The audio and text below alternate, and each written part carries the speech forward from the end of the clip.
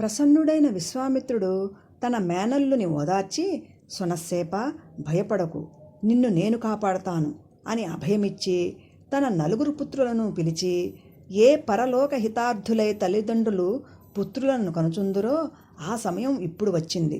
మీలో ఎవరైనా ఒకరు ఇతనికి మారుగా యాగపశువై వీనికి జీవితదానం చేసి నా మాట నిలబెట్టండి అని పలికాడు.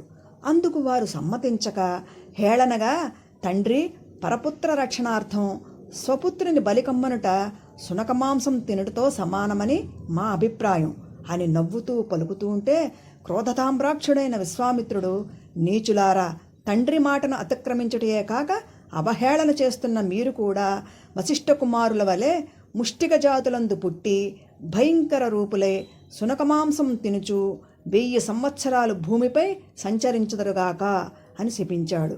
అనంతరం సునస్సేపునకును ధైర్యం చెప్పి మంత్రపూర్వకంగా రక్షకట్టి, కుమారా, నా మాటలు శ్రద్ధగా ఆలకించు.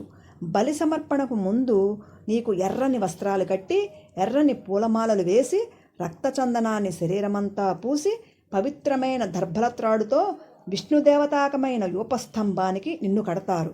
ఆ సమయంలో ఇప్పుడు నీకు నేను ఉపదేశించబోయే 2 మంత్రాలను భక్తి శ్రద్ధలతో ఉపాసించు, నీకు ఏ ప్రమాదం జరగదు అని చెప్పి అగ్నిదేవతా ప్రధానములైన 2 మంత్రాలను ఉపదేశించాడు.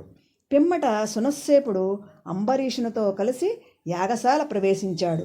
క్రతువు పునఃప్రారంభమైంది.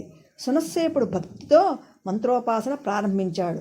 బలి సమర్పణ సమయం దగ్గర పడుతున్న వేళ అంబరీషుడు సునస్సేపునికి ఎర్రని వస్త్రాలు కట్టి ఎర్రని పూలమాలలు వేసి రక్తచందనాన్ని అతని శరీరమంతా పూసి దర్భసూత్రంతో అతనిని యూపస్తంభానికి కట్టి బలి ఇవ్వబోతోంటే దేవేంద్రుడు ప్రత్యక్షమై సునస్సేపుని దీర్ఘాయువుగా దీవించి బలి సమర్పణతో నిమిత్తం లేకుండానే ఎన్నో రెట్లు యాగఫలం లభించేలా అంబరీషుని అనుగ్రహించాడు. అప్పుడు సునస్సేపుడు ఋషిమండలిని ఉద్దేశించి, వేదస్వరూపులా, నాకొక ధర్మ సందేహం. ఇప్పుడు నాకు తండ్రి ఎవరు?